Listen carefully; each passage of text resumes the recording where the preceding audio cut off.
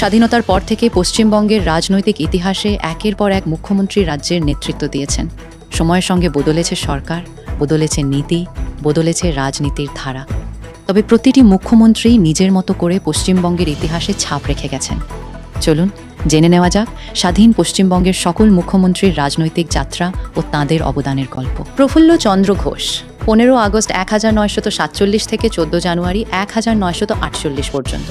প্রফুল্ল চন্দ্র ঘোষ পশ্চিমবঙ্গের প্রথম মুখ্যমন্ত্রী এবং স্বাধীনতা পরবর্তী সময়ে রাজ্যের প্রশাসনিক ভিত্তি গঠনের অন্যতম প্রধান ব্যক্তিত্ব। 24 ডিসেম্বর 1891 সালে জন্মগ্রহণকারী এই কংগ্রেস নেতা স্বাধীনতা আন্দোলনের সঙ্গে সক্রিয়ভাবে যুক্ত ছিলেন। ভারতের স্বাধীনতার সঙ্গে সঙ্গেই 15 আগস্ট 1947 সালে তিনি পশ্চিমবঙ্গের প্রথম মুখ্যমন্ত্রী হিসেবে শপথ নেন। তাঁর শাসনকালে দেশভাগের ফলে পূর্ববঙ্গ থেকে লক্ষাধিক উদ্বাস্তু পশ্চিমবঙ্গে প্রবেশ করেন, যার কারণে পুনর্বাসন, খাদ্য সরবরাহ, স্বাস্থ্য পরিষেবা এবং আইন শৃঙ্খলা রক্ষা বড় চ্যালেঞ্জ হয়ে দাঁড়ায়। তিনি নতুন রাজ্যের প্রশাসনিক কাঠামো গড়ে তোলা, সরকারি দপ্তরগুলিকে কার্যকর করা এবং জরুরি পরিষেবা সচল রাখার কাজে গুরুত্বপূর্ণ ভূমিকা পালন করেন। মাত্র 5 মাসের শাসনকাল হলেও স্বাধীন পশ্চিমবঙ্গের প্রশাসনিক যাত্রার সূচনা তাঁর হাত ধরেই হয়। তাই রাজ্যের ইতিহাসে তাঁর অবদান বিশেষ গুরুত্বের সঙ্গে স্মরণ করা হয়। এরপর পশ্চিমবঙ্গের নেতৃত্বের দায়িত্ব এসে পড়ে বিধানচন্দ্র রায় 14 জানুয়ারি 1948 থেকে 1 জুলাই 1962 পর্যন্ত। পশ্চিমবঙ্গের দ্বিতীয় মুখ্যমন্ত্রী বিধানচন্দ্র রায় আধুনিক পশ্চিমবঙ্গ গঠনের অন্যতম প্রধান স্থপতি হিসেবে পরিচিত। 1 জুলাই 1882 সালে জন্মগ্রহণকারী এই খ্যাতনামা চিকিৎসক স্বাধীনতা আন্দোলনের পাশাপাশি জনসেবামূলক কাজের সঙ্গেও যুক্ত ছিলেন। মুখ্যমন্ত্রী হিসেবে দায়িত্ব গ্রহণের পর তিনি শিল্পায়ন, নগর উন্নয়ন, শিক্ষা এবং স্বাস্থ্য খাতে ব্যাপক সংস্কার আনেন। তাঁর উদ্যোগে দুর্গাপুর শিল্পনগরী, কল্যাণী এবং বিধাননগর বা বর্তমান সল্টলেক গড়ে ওঠে। দেশভাগের পর উদ্বাস্তু পুনর্বাসনেও তিনি গুরুত্বপূর্ণ ভূমিকা পালন করেন।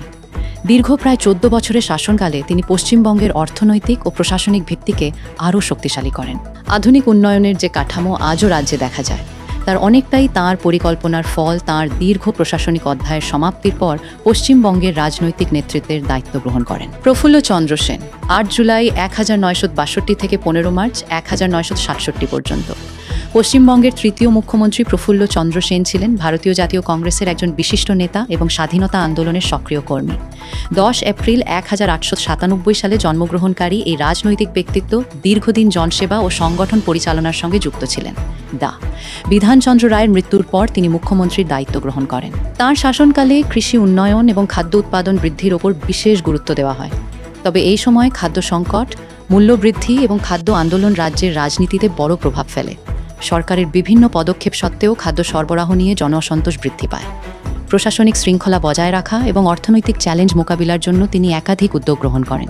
নানা প্রতিকূলতার মধ্যেও তিনি রাজ্যের প্রশাসন পরিচালনার চেষ্টা করেন এবং পশ্চিমবঙ্গের রাজনৈতিক ইতিহাসে একটি গুরুত্বপূর্ণ অধ্যায়ের অংশ হয়ে থাকেন। তাঁর শাসনকালের সমাপ্তির পর পশ্চিমবঙ্গের রাজনৈতিক ইতিহাসে নতুন এক অধ্যায়ের সূচনা করেন অজয় কুমার মুখার্জি 15 মার্চ 1967 থেকে 2 নভেম্বর 1967 পর্যন্ত। পশ্চিমবঙ্গের চতুর্থ মুখ্যমন্ত্রী ছিলেন রাজ্যের অন্যতম জনপ্রিয় রাজনৈতিক নেতা এবং এর প্রতিষ্ঠাতা। 5 এপ্রিল 1901 সালে জন্মগ্রহণকারী এই নেতা স্বাধীনতা আন্দোলনেও সক্রিয়ভাবে অংশগ্রহণ করেছিলেন। 1967 সালে পশ্চিমবঙ্গে প্রথম যুক্তফ্রন্ট সরকার গঠিত হলে তিনি মুখ্যমন্ত্রীর দায়িত্ব গ্রহণ করেন।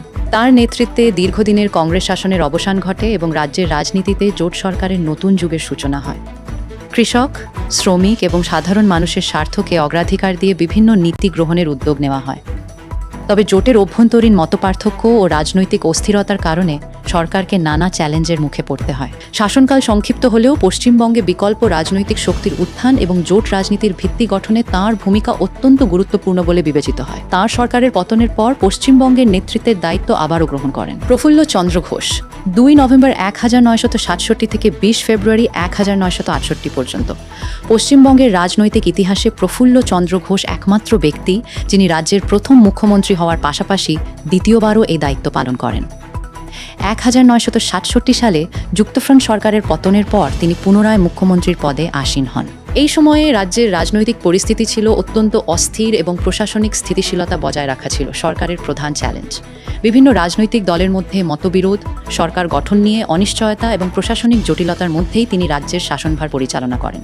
যদিও তাঁর দ্বিতীয় মেয়াদ ছিল অল্প সময়ের, তবুও রাজনৈতিক সংকটের সময় প্রশাসনিক ধারাবাহিকতা বজায় রাখার ক্ষেত্রে তিনি গুরুত্বপূর্ণ ভূমিকা পালন করেন। স্বাধীনতা পরবর্তী পশ্চিমবঙ্গের প্রথম যুগের রাজনীতিতে তাঁর অবদান বিশেষভাবে উল্লেখযোগ্য এবং রাজ্যের ইতিহাসে তিনি একজন অভিজ্ঞ ও দায়িত্বশীল প্রশাসক হিসেবে স্মরণীয় হয়ে আছেন। এই অধ্যায়ের সমাপ্তির পর পশ্চিমবঙ্গে আবারও যুক্তফ্রন্ট সরকারের প্রত্যাবর্তন ঘটে এবং নেতৃত্বের দায়িত্ব গ্রহণ করেন অজয় কুমার মুখার্জি।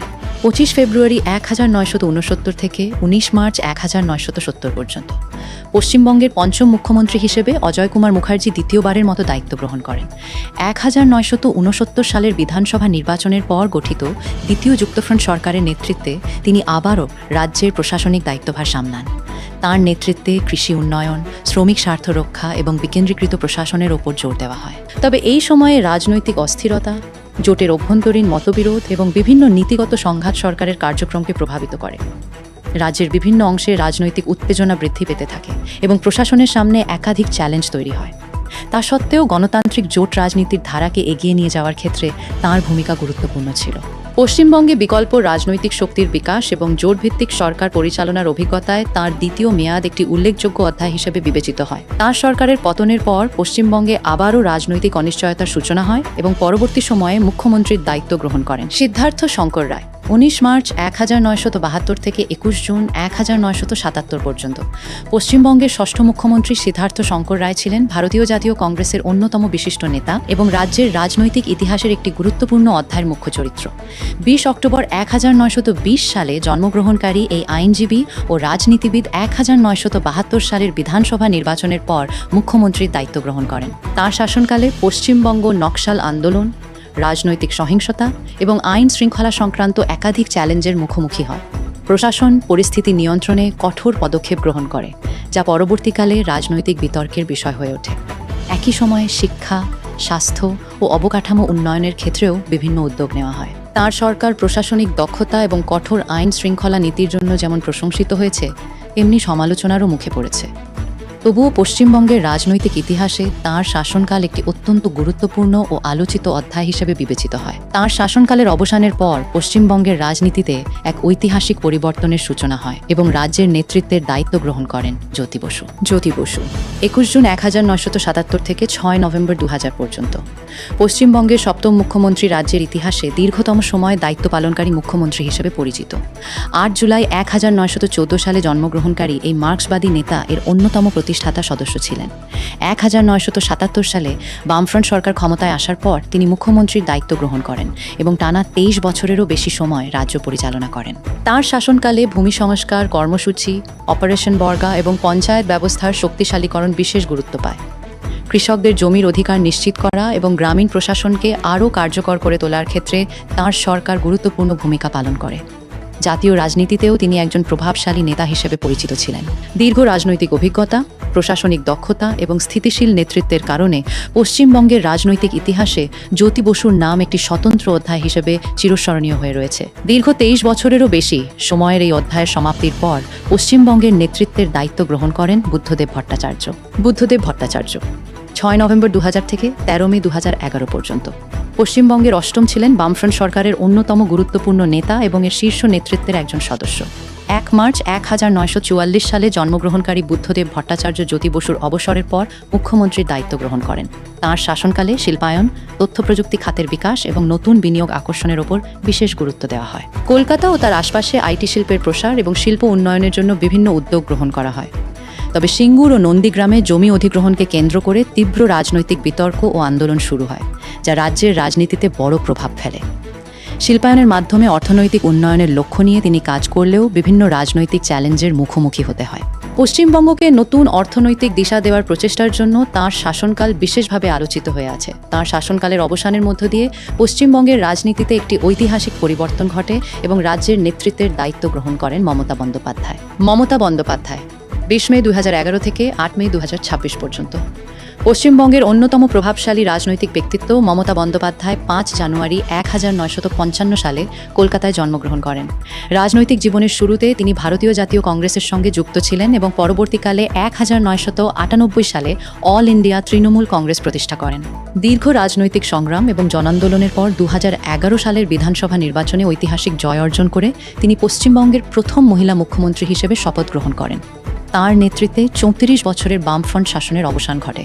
মুখ্যমন্ত্রী হিসেবে তিনি কন্যাশ্রী, সবুজ সাথী, রূপশ্রী, স্বাস্থ্যসাথী, লক্ষ্মীর ভাণ্ডার এবং দুয়ারে সরকার সহ একাধিক জনকল্যাণমূলক প্রকল্প চালু করেন, যা দেশ ও আন্তর্জাতিক স্তরে প্রশংসা অর্জন করে।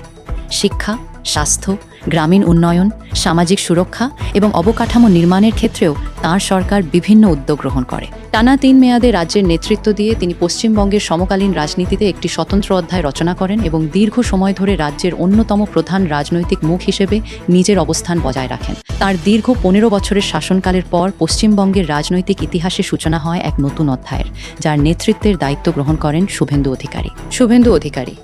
৯ মে ২০২৬ থেকে বর্তমান সময় পর্যন্ত পশ্চিমবঙ্গের বর্তমান মুখ্যমন্ত্রী রাজ্যের রাজনৈতিক ইতিহাসে এক নতুন অধ্যায়ের সূচনা করেন। ২ ডিসেম্বর ১৯৭০ সালে পূর্ব মেদিনীপুর জেলার কাঁথিতে জন্মগ্রহণকারী এই নেতা দীর্ঘদিন ধরে পশ্চিমবঙ্গের রাজনীতির সঙ্গে যুক্ত। তাঁর পিতা শিশির অধিকারীও একজন বিশিষ্ট রাজনৈতিক ব্যক্তিত্ব ছিলেন। রাজনৈতিক জীবনের শুরুতে তিনি তৃণমূল কংগ্রেসের গুরুত্বপূর্ণ নেতা হিসেবে পরিচিতি লাভ করেন এবং নন্দীগ্রাম আন্দোলনে গুরুত্বপূর্ণ ভূমিকা পালন করে রাজ্য রাজনীতিতে নিজের অবস্থান শক্তিশালী করেন। পরবর্তীকালে তিনি ভারতীয় জনতা পার্টিতে যোগ দেন এবং রাজ্যের বিরোধী রাজনীতির অন্যতম প্রধান মুখ হয়ে ওঠেন। ২০২৬ সালের বিধানসভা নির্বাচনের পর তিনি পশ্চিমবঙ্গের মুখ্যমন্ত্রী হিসেবে দায়িত্ব গ্রহণ করেন। তাঁর নেতৃত্বে প্রশাসনিক সংস্কার, শিল্প বিনিয়োগ বৃদ্ধি, কর্মসংস্থান সৃষ্টি, অবকাঠামো উন্নয়ন এবং সরকারি পরিষেবার আধুনিকীকরণের উপর বিশেষ গুরুত্ব দেওয়া হচ্ছে। কৃষি, শিক্ষা, স্বাস্থ্য এবং গ্রামীণ উন্নয়নের ক্ষেত্রেও নতুন কর্মসূচি গ্রহণের উদ্যোগ দেখা যাচ্ছে। পশ্চিমবঙ্গের রাজনৈতিক ইতিহাসে তিনি নতুন নেতৃত্বের প্রতীক হিসেবে বর্তমান সময়ে রাজ্যের প্রশাসনিক দায়িত্ব পরিচালনা করছেন। এইভাবেই স্বাধীনতার পর থেকে বর্তমান সময় পর্যন্ত পশ্চিমবঙ্গের মুখ্যমন্ত্রীদের রাজনৈতিক যাত্রা রাজ্যের ইতিহাসে একের পর এক গুরুত্বপূর্ণ অধ্যায় রচনা করেছে। এই ছিল স্বাধীনতার পর থেকে বর্তমান সময় পর্যন্ত পশ্চিমবঙ্গের সকল মুখ্যমন্ত্রীর রাজনৈতিক যাত্রা ও অবদানের সংক্ষিপ্ত ইতিহাস। বিভিন্ন সময়ে বিভিন্ন নেতৃত্ব রাজ্যের উন্নয়ন ও পরিবর্তনের পথে গুরুত্বপূর্ণ ভূমিকা পালন করেছে। ইতিহাসের এই দীর্ঘ পথ চলায় আপনাদের সঙ্গে থাকার জন্য ধন্যবাদ। আমি বাঙালি নই, তাই মাঝে মাঝে বাংলা বলতে একটু অসুবিধা হয়, তবুও আপনাদের ভালোবাসা আমাকে অনুপ্রেরণা দেয়। আমি সবসময় সহজ ভাষায় গুরুত্বপূর্ণ খবর আপনাদের কাছে পৌঁছে দিতে চেষ্টা করি। আপনাদের কাছে একটি ছোট্ট অনুরোধ, লাইক, শেয়ার ও সাবস্ক্রাইব